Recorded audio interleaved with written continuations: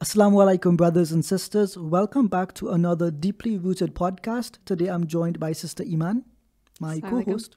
Yep. It's good to be back again, Sister Iman. What will we be covering today? So inshallah, we will be continuing our, dissection, I guess, of the conversation that happened between Daniel and Safiyya, just in regards to their debate that they had. Yep. And we had a pretty good, if you haven't seen that first episode, I would stop now, go watch that first episode, and then come back to this one, because this is basically a part 2, I would say. Let's get the show on the road then. Bismillah. Just move it closer to you. Okay. Not what we see. Instead, we see society collapsing. Most immediately, we can look at statistics regarding women's happiness levels. Sociologist Betsy Stevenson wrote a landmark paper titled The Paradox of Declining Female Happiness. The paradox is that women are more educated, more powerful, more wealthy than ever before, yet their happiness has steadily declined. The author notes that these results are global and pervasive across all demographics. What we're also seeing is the death of marriage and family. According to Pew, in a few short years, 75% of millennials will never be married. This will be an all-time low. Academics like Manveer Singh say, quote, marriage as practice in every society is in steep decline globally, end quote. Now, I can give you all kinds of stats about how fertility rates are plummeting, how divorce rates are rising, how zina is through the roof, how this is leading to millions of abortions every year. Now, I'm not blaming all this on women's education exclusively, by the way, but women's empowerment through education plays a major part in every single one of these trends. The causal link is clear when we consider certain basic, undeniable facts about human biology and psychology. Women pursuing education means they have to delay marriage. Delaying marriage means women get married when they're older, meaning they have fewer children or no children. And once women are educated, they want to pursue careers, which means that even if they do have 1 or 2 children, they have to abandon those children for their empowering careers. Pause it. Delaying marriage also results. Okay. So I think he brought a lot of valuable information. I wouldn't disagree with all of it. It's just what I would disagree with are his conclusions and his connections that he's making and the correlations. He's saying, or he did mention that women who have an education will want a career, or they delay marriage because they're in school. I don't necessarily see the correlation between delaying marriage and school. I mean, I know lots of people who are in school and married, right? So I think people delaying marriage because of school is a cultural thing, because people culturally will think that I need to delay marriage until I'm done school. So I think that's more of a mentality rather than school actually being an inhibitor to marriage. So yeah, go ahead. Yeah, I generally agree here. I don't think that I understand the argument that he's making, and I was happy to see that he clarified that this wasn't the main reason for all of these societal issues which he listed, that education wasn't the fundamental cause. But he does argue that there's a link here.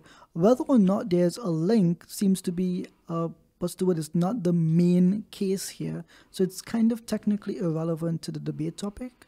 Yeah. It seems as if he's building a case for almost all women's education directly being women's empowerment, that he equates the two. Yeah. And because he equates the two, whatever he argues in regards to women's empowerment must directly be affected by women's education. And I think that's equating two different things, and using the argument for one side and just adding it to the other doesn't really make it linked in any meaningful way. So I do think that this was I like the brother. May Allah reward him for his hard work in the da'wah, but I think that this in particular was not his best point. He also mentioned near the end women want a career automatically just because they're going to school, which is not actually true. No. Yeah, it's not true. A lot of people get an education to actually fall back on that if they have to. And that's probably, I think, especially for Muslim women, why a lot of them do get an education. If we're just gonna strictly talk about Muslim women to keep it relevant. I don't think it would be relevant for us to talk about non-Muslim women. But yeah, like, even from myself, right? Like, I got an education just because if I ever have to work or need to work, I have something for myself, because the world is not this big fluffy place. It's just not. And I find a lot of what Daniel has said, even Safiyya as well, is that it's not grounded in reality. So maybe they'll, like, I'm sure there have been cases like this, and I've come across cases like this myself, but having worked, like, my experiences can't account for actual data. Let me just make that clear. But I feel like there's a generalization going on here on both sides, which should not be happening. I would add here, however, that he does have a point in saying that Muslim women who do get that sense of entitlement and empowerment from their education may likely adapt the non-Muslim culture and look at a career trajectory versus having a family. Like, that can and does happen, but to say that this is a problem in the Muslim world, I would need data to specifically validate that particular claim. Is that a fact in the non-Muslim world? Yes. Is it a fact in the Muslim world? I don't know, and I've not seen any data for that. It would be prudent to mention here as well that almost all of the studies he is mentioning in building his argument here are not based on Islamic societies or Muslim majority countries and the attitudes of women in those places. It's directly for women's education in the West. So I feel as if he's shooting near the target, but at the same time not hitting the target itself. Yeah. Right, so that's where I would rest at this point, I think. I think we can continue. Okay, thank you, Sister Iman. If I can reach that. Yeah. Do you want to be the one to touch it? Because you have long arms, right? Like, could you could you check? Like, that's more sexual partners prior to marriage. Okay. As research shows, the more sexual partners women have prior to marriage, the weaker their marital bonds and the more likely their marriages will fail. Furthermore, we have to factor in hypergamy. What hypergamy means is that women prefer to marry males who are higher than them in social status. The problem is, as women are empowered and rise in their social status, that means the pool of men they can marry decreases. If you're a successful woman with a PhD, you want to marry a man who is even more successful than you. This means there's a vanishingly small pool of men who will fit your criteria as you rise the ranks. As a result, many women simply will never get married. And most of those who do get married have to marry someone of lower social status than they would prefer. And because women are hypergamous, they will consciously or subconsciously feel less attracted to these lower status husbands. And women who are less attracted to their husbands are more likely to cheat and eventually divorce. So I understand the point that he's making, but I feel like this is a bad argument because this can be applied to anything. If women have higher social status in terms of money, then we can't allow them to have access to money like men do.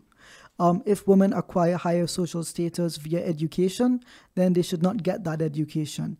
If women get higher social status through excelling at the deen, then they should not excel at the deen because, you know, if they were muftiya, for example, is it muftiya? I think it'll be muftiya. I guess. Yeah, I suppose. And alama, right? Then, you know, there's no one higher than them. This can be applied to, it can be abstracted and applied to anything, which tells me the argument itself is, it's not cohesive enough. It's a suggestion that women can do these things, but that they always do these things, or if they do acquire higher education, then necessarily they will not get married. I don't think so. Yes, women can, you know, always seek men of a higher social status, but it does not mean that if they have a higher social status themselves, that they will not marry men. That may be the case for some women, but I don't see this being reflected in the data specifically towards Muslims. And that's not what I see being mentioned here. Like I also like I see where he's coming from, but I do think it's just a bit of a conflation. And like I mentioned before, I just feel like when Daniel is giving his arguments, they're just not grounded in reality. Like he defined empowerment as women going to school with the purpose of getting a career and having a high social status in that route. But that's not really the reality of empowerment, though. Like, are you going to claim that a woman who's a housewife is now like not empowered, even though like empowerment is talking about liberating people? That's actually what it is. Having agency, autonomy. Yeah, some type of, exactly. It's not like you can have empowerment and not be a career woman. Yes, correct. So, I don't know. For me, I do not like defining terms that are not grounded in reality. Like I think you should define things by how they manifest in reality. I don't think that there's any point in defining things in this abstract. Well, I define it this way just so you can kind of take a jab at feminism, basically. But that's the thing. Abstracting an argument allows you to use it in this way, and that's the flaw that we've identified. Now, just to be clear, this episode is not let's refute Brother Daniel. We have a great deal of respect for him, right? He's a fellow Muslim, alhamdulillah. But we are examining the opening statements of both, the feminist sister Safiyya and Brother Daniel. And in doing so, we have to be just and fair, and we want to examine what both of those claims are. And we did, explain the perspective that we were coming from. Like, we're not sitting here, Sister Iman, just to be clear.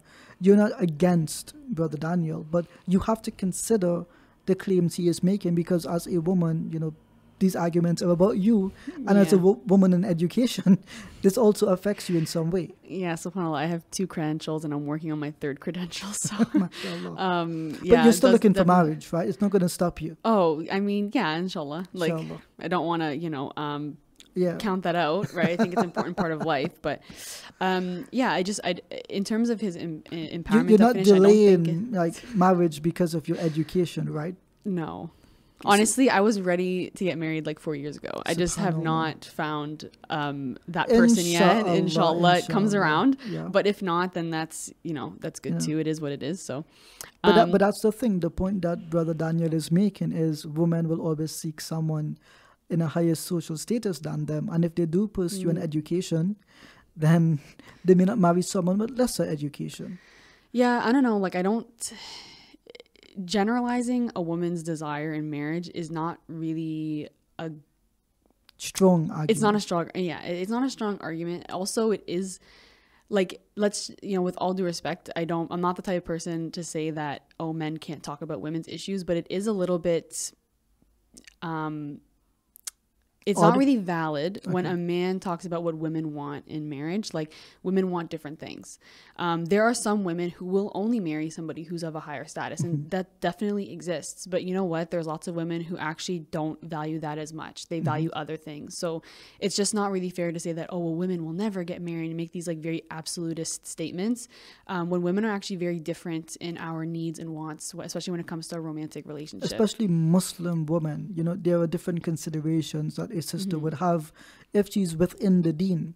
I can understand outside of the deen that these statistics may reflect a non-Muslim mindset, a non-Islamic way of living. But as a Muslim, we understand, there are certain rules and regulations, guidance that we have to adhere to. Yeah. And I just feel as if the argument is lacking the data from Muslim experiences to be applied to Muslims. It seems as if the data from non-Muslim majority populations are being applied to our Muslim sisters, and that's where I see the flaw in the claim being made here. Yeah. There's one other thing that I wanted to say as well, but it kind of slipped my mind, so I think we'll continue, inshallah, and maybe it'll come back, because I don't want to I'm going to think about it.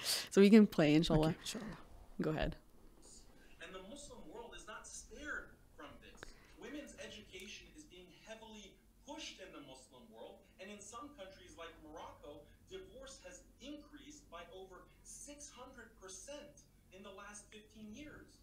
Today in the UAE, where women's education this is what I wanted to talk about. 62% of marriages end in divorce. Okay, so what I wanted to mention, it came back, alhamdulillah. when he talks about women education, it's like I mentioned before, it's not grounded in reality. And the reality is that women are not being taken care of in the community. And he doesn't mention this at all, which I don't really think is really kind of fair to the position. Okay. Like, if you're going to basically prescribe women to drop out of school, Okay. basically what you're prescribing, are you going to also provide a solution for women's issues? Because a lot of women aren't in school because they have issues in their home, because they are having issues with particularly male authority in their life, whether it's their brother, their uncle, someone in the community, their father. Well, what if the solution that the brother is proposing here is marriage? Would that fix these issues? Because he juxtaposes the date of education with divorce rates, indicates that he believes the solution is marriage. Yeah, but I think that, sure, but it's difficult to get women to trust a man when they've already been abused by another man. A lot of women are trying to, because like he did say, the divorce rate is high, and it is. Like that's a well-known fact. If women stop going to school and the divorce rate is still high, or they're in a bad situation with the brother, whoever he is, and they want to leave that marriage, well, now they're stuck because they don't have an education. There's so it no becomes economic mobility or security here. Yeah, basically. A lot of women don't feel comfortable in their marriage. They don't feel, there's some girls who don't even want to get married because they're like, I just feel like all of the men in my life have let me down. So I need to, at least set myself up that if I do end up meeting a guy who works for me, I still feel safe in that relationship. And something that I find, and again, no disrespect to Brother Daniel, but I find that there's a big lack on his page of addressing brothers. He talks about feminism a lot, which I think rightly so. We've refuted feminism lots of times, but it just becomes problematic when you're always talking about feminism and why it's wrong, which again, rightly so, but you're not presenting solutions for real women's problems on the ground. Like, why are women becoming feminists? Why are women going to school? Why are women, feeling like I have to go to school, I have to go to college, I have to leave my family's house to feel some type of autonomy? What is the issue in my home, or whatever your situation is, that's causing me to find a connection somewhere else?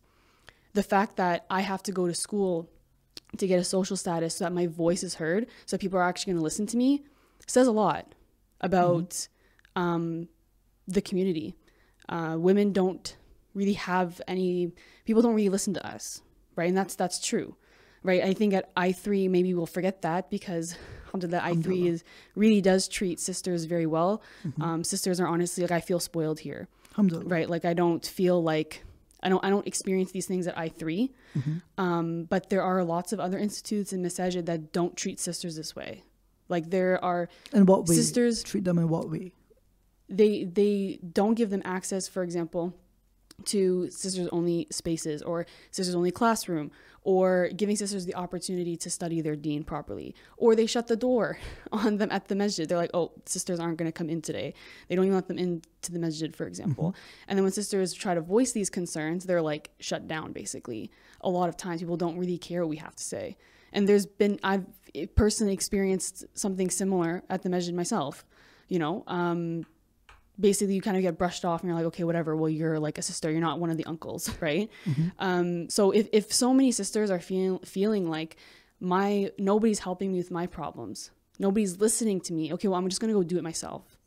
So that's really why a lot of girls go to school. Like, there are lots of girls who don't want to go to school, but they just feel like they don't have any other choices. And they feel like, I'm stuck in this part in my life, so I'm going to get out of it. And that's the way I have to do it. So, and this is like the thing that can be problematic with his position, because I'm like, you can't just tell girls to go get married. That's like, we need to, as a community, work on solving the issues in our homes, because our families we have a lot of family issues. Telling a girl who's unfortunately experienced physical abuse in her home, oh, go get married, that's not really going to be the best thing to do, right? Like, I get that. So if I could add a brief comment here, I understand the perspective that you're coming from, And I believe both brothers and sisters have a collective responsibility to treat the societal issues that we do have. And it is true that, it's unfortunate, but in many Muslim societies, abuse against sisters is regular. I would even argue it's the norm in some societies. And this is completely haram. It's forbidden in the deen itself. And what I've personally seen is that a lot of young men equally don't want to get married because they believe every sister out there is a liberal or a feminist who, if she speaks up, this sister is too aggressive. She needs to know her place. She needs to sit down and obey me. And while I understand that brothers, like that feeling of authority, and the Quran does convey upon them some authority within the Sharia, there is a means by which to communicate your needs and your wants and to communicate with your spouse. But I feel like a lot of the brothers themselves don't realize that marriage comes with responsibility. You're not marrying your mom. You're not marrying a maid. And so this is the complaint that I see from sisters. Not only can I not be reliant on my spouse, I can't be reliant on him emotionally. I can't be reliant on him spiritually. And he basically speaks down to me most of the time, ignores my needs, and makes demands. That's not appropriate for marriage, I would say. So I would actually argue here, yes, there are issues with sisters going into feminism and liberalism. But on the other hand, Muslim brothers aren't fulfilling their end of the bargain. There are things that they need to do as well. For example, here, if I can put forward another argument, it would be, it's easily and equally the case that brothers who pursue education delay marriage until they finish their education. It's not only sisters who do this, right? Because they want to be able to provide for their spouse. And when you're in college and you have debt, which is a whole other argument we have to get into, right? When you get into college and you have really, what do you call it here, a lot of demands from the course that you're doing, you don't have the time to dedicate to a spouse to fulfill their rights.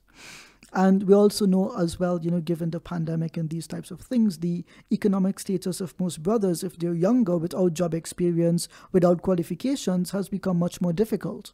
So yes, there are needs that the Muslim community needs to address that we're not addressing. And I don't feel that taking away education from one sex or the other is a solution to that. I think we should be encouraging both Sharia education for both genders, as well as, studying, schooling and a trade, these types of things.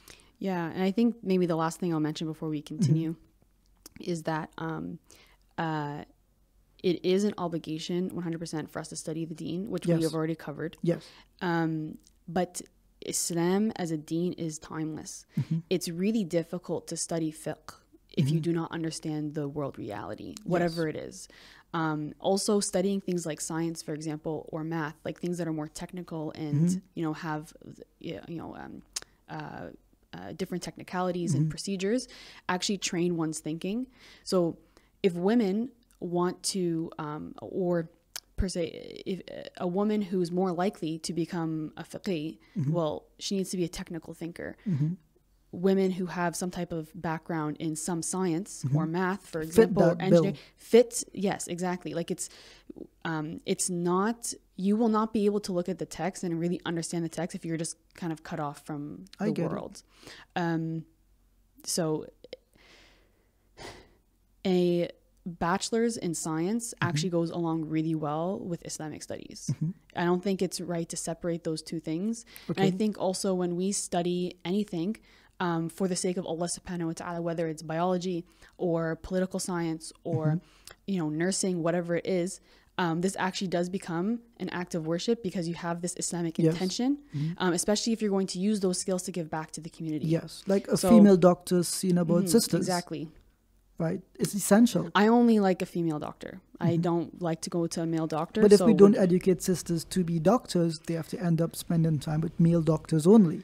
Or non-Muslim women, but it's not the same. It's not especially if you have a, for example, if you're a Muslim who has a condition you can't fast, or your fasting is affected by on your the illness. line. You don't know if you should or you shouldn't. Well, a non-Muslim doctor is just going to tell you not to fast. From the Sharia, you need a Muslim practicing, believing doctor. Exactly. Yes. So I don't think telling girls to stop going to school is and solution. really a solution for, like, he listed a lot of issues which are real issues, but telling girls not to go to school is not a solution to those issues. Okay. So, Well, just to point out here, scientifically, what the data shows is the higher educated a child's mother is before the age of 3, the greater the success level of that child in terms of the intellectual capability. That directly correlates. It's surprising. So, in other words, if women have lower education and they can't carry on that knowledge to their child, they don't have that knowledge of the world and that experience, the child themselves become less resilient. They have less intellectual capacity.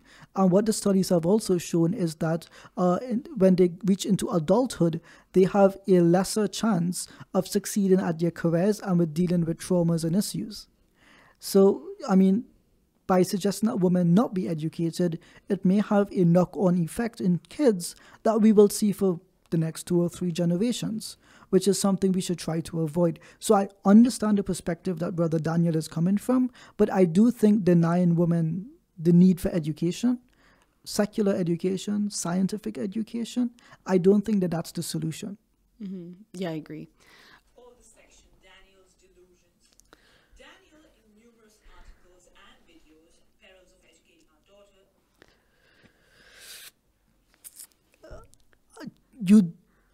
You have to show some kind of level of respect to your opponent. Like, we disagreed with Brother Daniel, but we didn't call him any names. We didn't mock him. And technically, according to the Sharia, right, in this case, once your opponent begins resorting to things like this, there is the suggestion, it may be mustahab, to leave that conversation because the person is no longer attacking your arguments. They're just attacking you. But let's continue. Feminism, the model for burying our daughters, should Muslim women work, etc. He argues against female education. Clearly, women who go to college will disproportionately suffer from moral degeneration associated with the rise in liberalism and feminism. While there is no denying that liberalism, feminism is damaging traditional social structures, I'm not denying that. But Daniel, all throughout his arguments, uses US studies, stats, and then very conveniently goes on to apply that to the wide Muslim Ummah. The question in the very beginning that we need to ask Daniel is that the Muslim Ummah is 2 billion strong, mashallah, with roughly half of them being women. So 1 billion Muslim women we're talking about.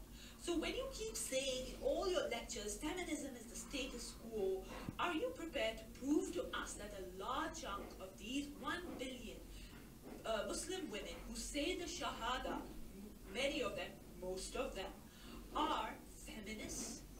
Or when you write your articles like The Perils of Educating Our Daughters or Muslim Feminism, Modern Form, whatever, the question is, who are these Muslim women? Because you use this general statement, the Muslim women. Who are these Muslim women who need to be saved from feminism? Now, I want to show my screen. Share my screen, please. Sorry, I forgot about that. There you go. His facial expression at this point is like, I didn't do anything. I can't do that. We can just fast forward, I think. I think we should review this part of it. Your time is still running. You'll have to stop, please. Because I wanted to share my screen. Sorry. But I can't do that for some reason. Okay, we can pause it, I think. You want to go on? No, it hasn't changed. It's the same screen that you had before. It's the same slide that you had in the intro. And I left it up the whole time. There you go. Now, can you see my screen? No. Hello. It's the same old slide that you had before. Yes, now. Okay. I'm sorry. Can we... Just pause it. Like 1 minute? We're not laughing at the sister. We're laughing at the awkwardness of the situation. It was really awkward. I was like, oh, they're just like both saying. Yeah, Daniel's like, what do I do at this point? And you can get the sense that she's blaming him for it too. Like, did you change something? No. Yeah. Okay, could I be honest? Yeah. That was my favorite part of the debate, personally. I think it's important to have the technical skills when preparing for something that's online. It's a new platform. I think they use yeah. StreamYard. Yeah, they did. She may not be like fairness to her, she may not be familiar with it. She is right. The screen did go from two people on a slide to just two people. I understand that, but this was her time. She could have asked him to stop initially when she saw it. She didn't. She let it run on while trying to figure it out. It's not a criticism of the sister, let me be clear, but it was just awkward, and alhamdulillah, they figured it out, right? All she had to do was share her screen again. I just have one problem, which is the entire time she's had one slide up the entire time. I could be wrong. I know you have a problem with this. You said this like 3 times. Yeah, I could be wrong. Because for those who don't know, Ejaz is a debater, I would say. So he's going to be somewhat nitpicky. No, not just nitpicky. It's that when you present points and you have slides, you kind of want the slides to move along with your points, which didn't happen. Clearly did not happen here. But I'm going to move this closer to you so it's easier for you to reach. Guys, I'm a bit short. And there we go. The sister is educated enough to pass me the iPad. So just press play, man. So, they give commands. You give them one task and now they start commanding you. You're too much. You're too much. I'm going to get banned. Bismillah, let's go. So we're talking about... Let's go. Okay. So we're talking about who are these Muslim women? So I want to ask you this question because the question is, who are these Muslim women who need to be saved from feminism? Are you talking about the... so these are the US stats he always uses. The US is a non-Muslim country. Are you talking about the Nigerian Muslim women who need to be saved from feminism? Are you talking about the... Okay, she put the emojis in the... what do you call emojis, right? Yeah, they're emojis. Yeah. This was just funny to me. It's just not professional. Like, I think she's trying to appeal to a younger crowd. Her. Yeah, I don't want to judge her intention or anything, but when you come to a debate, you're coming to look for the truth. That's what you're coming to. You're not coming to share the truth. Yeah. Yeah, or you're coming to challenge an idea. Yes. That's what you're doing, right? So I think that anybody who's an intellectual is somebody who's going to be professional about that and be serious about it, because you honestly are looking to defend your idea or whatever it is. But also you should be in a position that I will actually change my stance if you are actually right. So trolling the opposition with emojis, calling them names doesn't show, doesn't show seriousness to the conversation. I think somebody who's really passionate about their position is going to take it very seriously and not kind of make it a joke. So these are the US stats he always uses. US is a non-Muslim country. Are you talking about the Nigerian Muslim woman working in potato fields trying to make ends meet? Or are you talking about the Indonesian Muslim woman who prays all her salawat in the factory working for less than $1 just because the husband's income is not enough as the country has been hit by the falling currency value? Or are you talking about the Syrian Muslim woman who saw her husband, father, brother all killed and now fends for herself by working in a store? Can you pause it? Coping as a refugee. Okay. So this wasn't relevant to the topic, right? She's talking about women in the workplace. Who have no education. On top of that, I wouldn't use women in sweatshops or women working on fields as like a talking point, because it's not a good thing. So I think it was kind of a weird angle from that perspective. But I'm a bit confused as to how these women are empowered according to this sister. Yeah. It seems like an odd point. I appreciate that you picked up on that. Yeah. That's real. Bismillah. Or are you talking about an Uyghur Muslim? Yeah. Saved enough money to get a technical degree and work in a Chinese factory. Now, Daniel, it so happens that the Muslim Ummah is not homogeneous. According to Pew Research, 10 of the largest Muslim countries, that include Indonesia, Afghanistan, Nigeria, Iran, Iraq, Pakistan, are either stuck in a continuous cycle of war, violence, and civil unrest on the other side, along with facing the worst economic crisis in history. All that these women want is to survive. Can we pause That's here? it. For them, their degree or their Do you notice a difference when she's speaking about data? She moves the slides, but when she's given an opinion about Islam, there were no slides to back up her position. Did you notice Yeah, that? yeah, and I noticed. It's a stark difference, right? She's like 8 slides, 9 slides on these new points that don't correlate with Islam in any meaningful way, but the points about understanding Islam from a Sharia perspective, just one hadith. Yeah. in the US. So it's like I want to make a study on, let's say, South Korea. Will I take statistics from Ethiopia? That would be crazy, man. But that's what Daniel does all the time. You can see it. I've shown you. Most of his, all of his statistics are from the US. He wants to talk about Muslims, but he takes statistics of a non-Muslim country like the US. How many Muslims, again, live in the US? Just 0.2% of the world's Muslims.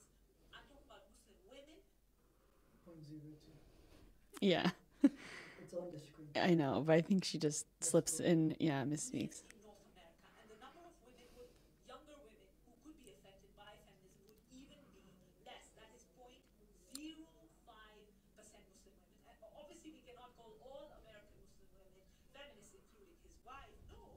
So his statistics are all messed up. That's what I want to say. And if your statistics are wrong, what weight does your argument hold?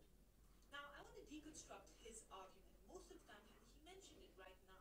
So he says that women's education, the terribly wrong thing is that, firstly, from my side, I want to tell you that there is no ayah, there is no hadith that support his cause. Literally, there is nothing in the Islamic tradition that says that a woman has to be kept away from education. Okay, so I'm going to say whatever he says is not Islamically justified, it's not rationally justified, and lastly, it has no statistical basis. Daniel has made it very clear in his articles. We can pause it if you want. Education is intimately linked.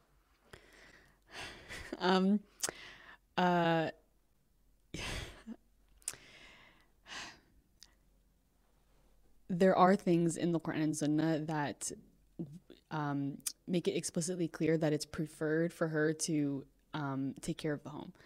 Those things do exist, but it's a preference. So that needs to be clarified, because she made it seem like there's like nothing in the Quran and Sunnah that talks about. It stands that women should be denied education, I think, is the claim she's making. Okay, yeah. But I do disagree when she says that there is nothing in the tradition, because there are fatwa from some scholars that do prohibit education in some capacity, and there are different ideas behind that. So these blanket statements are still generalizations, I think. Yeah, I'd agree. But it is a preference. And I think that that's the point that she's missing. Like, we do not live in some, like, we don't live in an Islamic society anywhere in the world. It doesn't exist. And that's a well-known, like, fact amongst Muslims who are studied. Like, we all know and understand that there is no Islamic society that actually encapsulates Islam properly. It doesn't exist. So, her position and Daniel's position both are not operating in that reality. She's saying that women in Islam, women should always pursue like this higher education, which is not the case. And Daniel's saying that they should never pursue this higher education, which is also not the case. In today's reality, like we've kind of already discussed, so I don't feel like I need to repeat it, but women pursue an education for lots of reasons. A lot of them are honestly just to get by, to try to live a better life. But that's not, like, she's recognizing women's issues, or I guess she's implicitly recognizing them. But prescribing education on all women, and women should be like this career woman, is not a solution for all women. It doesn't work. And Daniel's position is operating in some ulterior, like some other dimension that it doesn't, it just doesn't work from both ends. And I think that this was I think the biggest issue with both of their positions is that neither of them addressed reality for what it is and actually presented solutions, because she didn't present a solution either. She didn't. She just. I don't think that. Yeah, I don't see that she presented a solution for women's problems. She just said, "Yep, women should definitely pursue this higher education, and it's in the Quran and Sunnah." Like, well, the Quran and Sunnah, actually, there are evidences to show that women are preferred to be at home with the family. That those evidences exist, and you cannot just brush them under the rug because you disagree with them, right? But they are a preference. It's Daniel makes it seem like it's wajib for a woman to stay at home, which is not true. It's a preference, and I think it's the thing that most women would choose on their own anyways, given the circumstance and given the luxury. But she doesn't. It's insincere to not recognize the hadith in regards to this issue. From insincere in terms of her position that she's presenting. I don't think it's a fair representation, and I also just don't think that Daniel had a fair representation either. Okay. So I think we've covered the bulk of this video. We've gone through the opening statements, looked at the responses of both a little bit towards each other. And personally, like I mentioned in the first part of this video, I think they spoke past each other, not to each other. Neither of them directly addressed this topic specifically, and the evidences that they brought forward are not reflective of the debate topic itself. So this to me was, again, I'm going to reiterate it, not a debate. There was an interesting conversation. I did enjoy watching it. Would I recommend others watch it to learn something? My definitive answer here is no. And I do think I got out of this debate things that I would use in my da'wah to non-Muslims, or know that I get information that would be helpful within the Muslim community itself. Yeah, I agree. I don't feel like either side represented their position properly. I think that they could have both done a better job in representing what they wanted to. But one thing that I wanted to ask you, actually, so you're in the hot seat, because on Daniel's Telegram channel, so I think we're done with the video. Okay. So I think this is the last thing that we'll do, and then we'll conclude, inshallah. He did kind of summarize his points, and we're not going to go through them all because he's already done them, but there's one thing that I want to just bring up. So his point 6 as to why Muslim women should not pursue or go to college, specifically go to college. So his point is that it undermines the husband's authority. Marriage requires hierarchy, with the husband as the head of the household. If the wife is more successful because she is advancing on her career, or on the career ladder, or acquiring higher degrees, her respect for his authority, attraction to him, etc., drops. So you're a guy, so alhamdulillah, you're a guy. So if your wife is educated, do you find this emasculating? Do you find that this jeopardizes your authority in the home? Personally, my answer would be no. And in the brothers' circles that I'm aware of, the answer would similarly be no. In fact, I actually hear that brothers want or prefer educated wives, not just for economic security, but they want someone who can intellectually understand and have proper conversations with them. And if you have a wife who can't have these conversations with you, this partner, they feel as if there's some kind of incompatibility between the spouses. So I would definitively disagree with this point, but I don't deny that there may be some brothers who might feel emasculated by a more highly educated wife, and to those brothers, they have that preference, that's their choice. But I can't say that attitude reflects the majority of what other Muslim men prefer. Okay, that's what I felt as well. Okay. But I just wanted to ask, a brother that question and get your opinion on it, because it's very often when Muslim men talk about their preferences in marriage, we only really hear one kind of narrative because of, certain movements in particular. But it's nice to hear a different perspective from brothers. So my concluding thoughts on this debate, I already gave them, but based on what the Telegram channel said,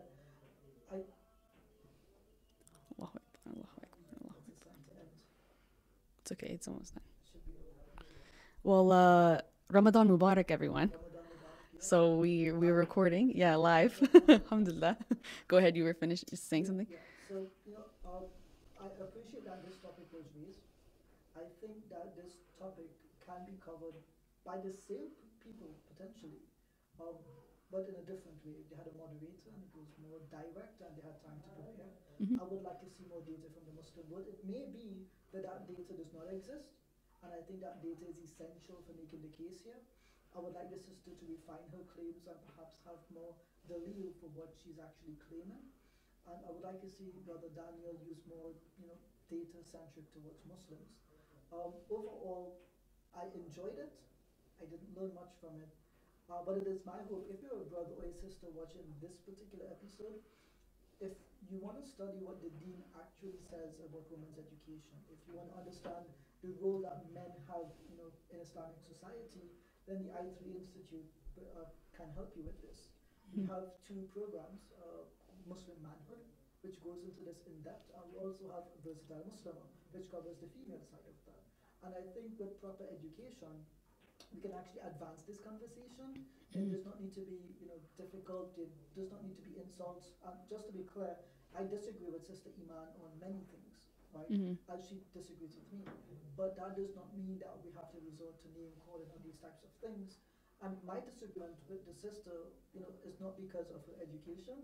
I'm happy that Sister Iman is educated, but I would like to see Muslim brothers and sisters take up that responsibility of advancing their understanding of Islam before they enter into these conversations. Otherwise, it's two people who don't have knowledge of the Islamic rulings on these things, arguing based on their desires and preferences, and that is helpful for absolutely no one. Yeah. Honestly, I think you've said what really needs to be said. I just would have liked a better topic. I don't really think that this topic was necessary. I think that it was just presented to kind of take shots at each other that were unnecessary. I would have liked to see better adab from both parties. And I agree in the fact that I think that there should have been better evidence presented from both sides to really refine the point that they're trying to make. And inshallah, there will be a moderator next time to, help manage the situation. So, yeah. Right, guys, thank you for joining us this week. Inshallah, we'll see you in 2 more weeks. Assalamu alaikum and Ramadan Mubarak. We're good on that one. Okay. Okay, we need to do 2 recordings quickly. Okay. We can move like